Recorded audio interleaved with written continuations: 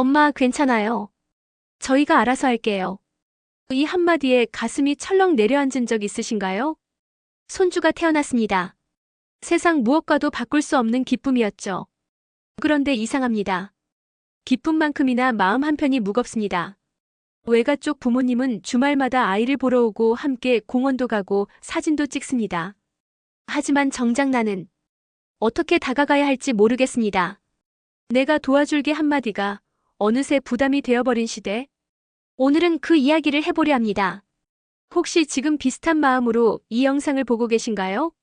그렇다면 이 영상이 작은 위로가 되길 바랍니다.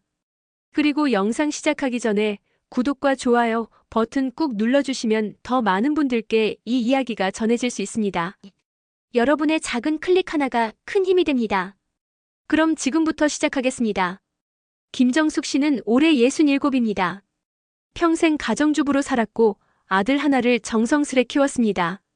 그 아들이 작년에 결혼했고 올해 초 첫 손주가 태어났습니다. 손주 소식을 들었을 때의 그 떨림을 어떻게 말로 표현할 수 있을까요? 밤새 잠을 설쳤습니다. 내가 뭘 도와줄 수 있을까? 미역국은 내가 끓여야지. 산후조리는 어떻게 해줄까? 머릿속이 온통 그 생각뿐이었습니다. 그런데 며느리는 산후조리원에 들어갔습니다. 3주 동안 아이와 며느리를 볼 수 없었습니다. 물론 요즘은 다들 그렇게 한다고 합니다. 이해는 됩니다. 하지만 마음 한편이 허전했던 건 어쩔 수 없었습니다. 산후조리원에서 나온 뒤에도 상황은 크게 달라지지 않았습니다. 어머니, 괜찮아요. 저희 둘이 할 수 있어요. 며느리는 늘 공손했지만 동시에 확고했습니다. 도움을 정중하게 거절하는 방법을 너무나 잘 알고 있었습니다. 내가 애 좀 봐줄까? 너 힘들잖아. 아니에요, 어머니. 전 괜찮아요. 육아 방식이 다를 수 있어서요. 육아 방식이 다르다는 말. 그 말 속엔 많은 뜻이 담겨 있었습니다. 어머니 방식은 구식이에요. 제 방식대로 하고 싶어요. 간섭하지 마세요. 그렇게 들렸습니다. 아들에게 물어봤습니다. 얘 엄마가 나 싫어하는 거 아니니? 엄마, 무슨 소리야? 그냥 요즘 세대가 다 그래. 너무 신경 쓰지 마. 신경 쓰지 말라는 말이 오히려 더 신경 쓰이게 만들었습니다. 어느 날 SNS에서 며느리가 올린 사진을 봤습니다. 외할머니, 외할아버지와 함께 찍은 가족 사진이었습니다. 손주를 안고 환하게 웃고 있는 외할머니의 얼굴. 그 옆에서 카메라를 보며 웃는 며느리. 행복해 보였습니다. 그 사진을 보는 순간 왈칵 눈물이 났습니다. 나도 저렇게 안아보고 싶은데. 시기하는 건 아닙니다. 정말입니다. 다만 나도 그 행복의 일부가 되고 싶었을 뿐입니다. 주변 친구들에게 이 이야기를 꺼냈습니다. 그런데 놀랍게도 다들 비슷한 경험이 있었습니다. 나도 그래. 외가가 훨씬 더 가까워. 요즘은 다 딸 편이야. 우리 땐 아들 낳아봤자 소용없어. 나도 손주 얼굴 보기가 하늘의 별 따기야. 모두가 비슷한 소갈이를 하고 있었습니다. 예전에는 손주가 태어나면 친할머니가 중심이 되어 육아를 도왔습니다. 친할머니는 며느리를 챙기고 아이를 돌보고 집안일을 맡았습니다. 그게 당연한 순서였고 아름다운 전통이었습니다. 하지만 지금은 다릅니다. 며느리는 친정 엄마에게 더 편하게 기댑니다. 당연합니다. 평생 의지해온 사람이니까요. 친정 엄마는 며느리의 방식을 존중하고 필요할 때만 개입하고 적당한 거리를 유지합니다. 반면 시어머니는 어떻게 해야 할지 모릅니다. 다가가면 부담스러울까봐 조심스럽고 물러서면 관심 없는 것처럼 보일까봐 불안합니다. 김정숙 씨는 생각했습니다. 내가 뭘 잘못한 걸까? 아니면 그냥 시대가 변한 걸까? 세상이 변했습니다.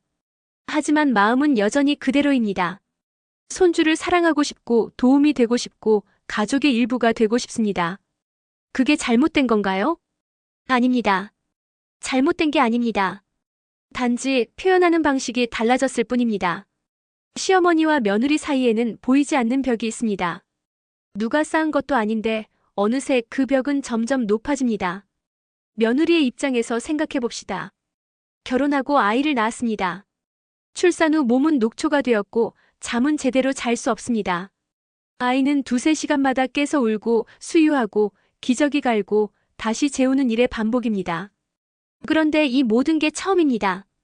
무섭고 불안하고 자신이 없습니다. 그럴 때 누군가 내가 해줄게라고 말하면 어떤 기분일까요? 고마울까요? 아니면 부담스러울까요? 사실 둘 다입니다.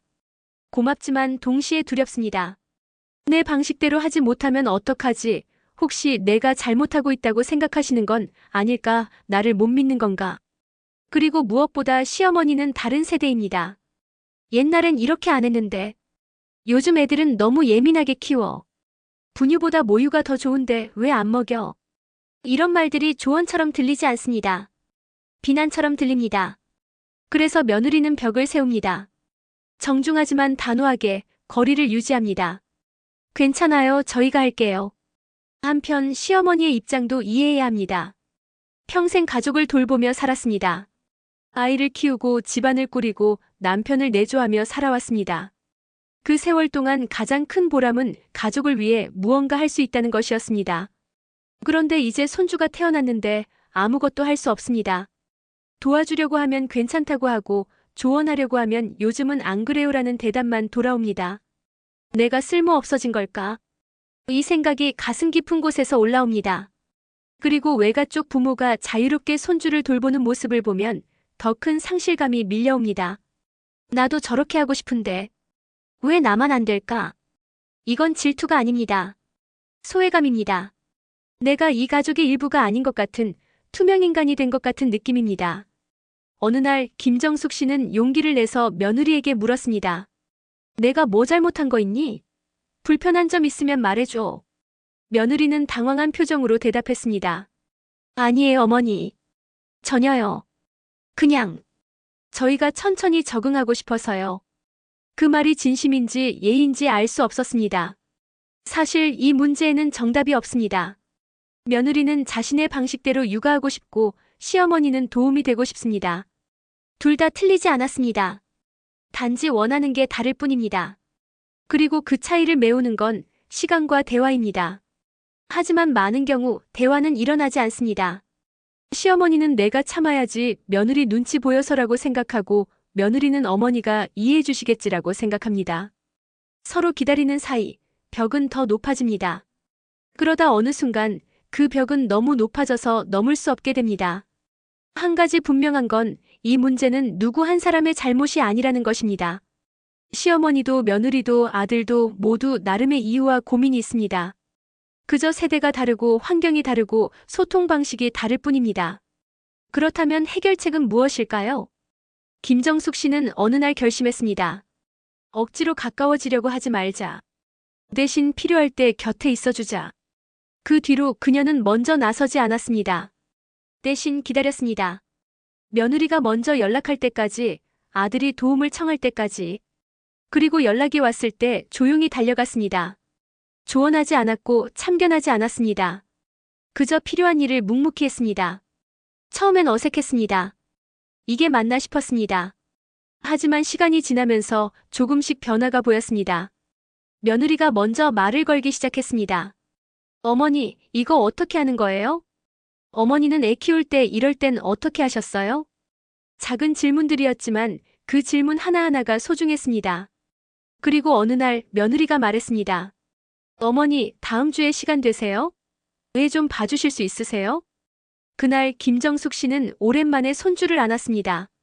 작고 따뜻한 그 무게가 세상 무엇보다 소중했습니다. 물론 여전히 외가 쪽과의 만남이 더 잦습니다. 그건 어쩔 수 없는 일입니다. 며느리에게 친정 엄마는 평생의 안식처니까요. 하지만 이제 김정숙 씨는 그것에 상처받지 않습니다. 대신 자신만의 역할을 찾았습니다. 나는 며느리의 엄마는 아니지만 손주의 할머니다. 그리고 이 가족의 소중한 일원이다. 그녀는 깨달았습니다. 가족이란 건 거리가 아니라 마음의 방향이라는 것을. 매일 보지 못해도 자주 연락하지 못해도 마음이 서로를 향하고 있다면 그것으로 충분하다는 것을. 이 이야기를 듣고 계신 시어머니 여러분께 전하고 싶습니다. 당신의 마음은 잘못되지 않았습니다. 손주를 사랑하고 도움이 되고 싶은 그 마음은 너무나 자연스러운 것입니다. 하지만 때로는 한 걸음 물러서는 것도 사랑입니다. 기다려주는 것도 배려입니다. 며느리는 지금 새로운 역할에 적응하고 있습니다. 엄마라는 이름, 아내라는 책임, 며느리라는 관계. 모든 게 낯설고 어렵습니다. 그 과정을 지켜봐 주세요. 조언 대신 응원을, 참견 대신 존중을 보내주세요. 그리고 며느리 여러분께도 전하고 싶습니다. 시어머니의 마음을 이해해 주세요. 그분도 한때는 당신처럼 처음 엄마가 되어 두려워했던 사람입니다. 도움을 주고 싶은 마음이 간섭이 아니라 사랑에서 나온다는 걸 기억해 주세요. 완벽하게 맞출 순 없습니다. 하지만 조금씩 맞춰갈 수 있습니다. 시어머니에게 필요한 건 역할이 아니라 존재감입니다. 어머니가 계셔서 든든해요라는 한마디면 충분합니다. 그리고 아들, 남편 여러분께도 부탁드립니다. 당신은 두 여자 사이의 다리입니다. 엄마의 마음도 아내의 마음도 모두 이해할 수 있는 유일한 사람입니다. 신경 쓰지 말라는 말 대신 엄마 고마워요. 우리 천천히 맞춰갈게요 라고 말해주세요. 아내가 예민해서라는 말 대신 엄마, 아내가 지금 많이 힘들어해요. 조금만 기다려주세요 라고 솔직하게 말해주세요. 가족이란 건 완벽하지 않아도 됩니다. 실수하고 서운하고 때로는 부딪히기도 합니다.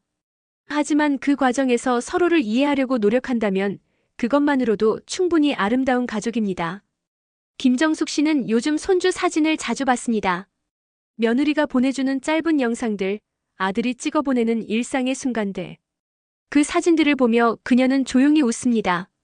우리 손주 건강하게만 자라다오. 할머니는 언제나 여기 있을게. 거리가 멀어도 괜찮습니다. 자주 보지 못해도 괜찮습니다. 중요한 건 마음이 향하는 방향입니다. 그 방향이 서로를 향하고 있다면 우리는 여전히 가족입니다. 오늘 이야기가 어떠셨나요? 혹시 비슷한 경험이 있으시다면 댓글로 나눠주세요. 여러분의 이야기가 누군가에게는 큰 위로가 될 수 있습니다. 그리고 이 영상이 도움이 되셨다면 구독과 좋아요, 알림 설정까지 부탁드립니다. 여러분의 작은 관심이 더 좋은 콘텐츠를 만드는 힘이 됩니다. 다음 영상에서 또 만나요. 오늘도 고생 많으셨습니다.